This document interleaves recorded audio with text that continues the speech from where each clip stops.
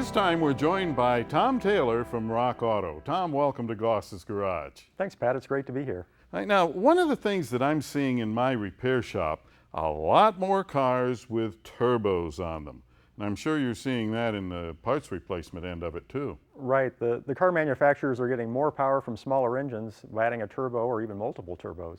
All right, now, the way they do that, because a lot of people don't seem to understand what a turbo actually is, and what we do is they take exhaust gas coming out of the engine, which is pressurized and traveling at relatively high speed, and channel that so it goes across an impeller like this.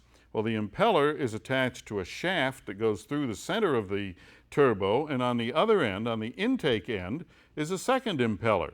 Now, that pressurizes the air going into the engine, and more pressure, more air, that means more power. Now keep in mind that this impeller in here can be turning well over 100,000 revolutions per minute, so it's spinning really fast, which means maintenance is important. Absolutely. In the center of the turbo are bearings that need to be lubricated and cooled with oil. So you have to use the right oil and change it as the manufacturer recommends, the right maintenance interval. You know, thicker oil is not better. Absolutely not. You won't get the flow and you'll get overheating. Right. Okay, now one of the things is these age, and we're starting to see it, loss of performance, and we often find air leaks.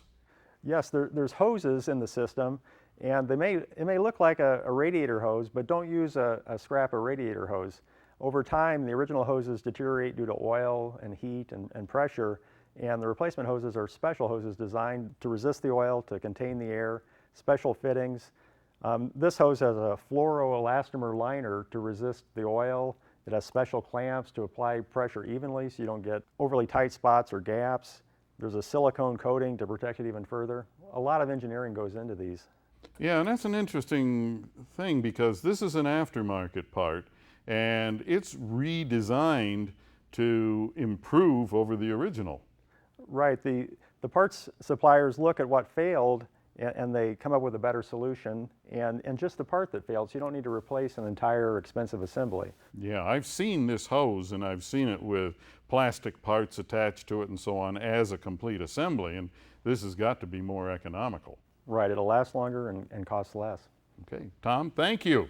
And if you have a question or comment, drop me a line right here at MotorWeek.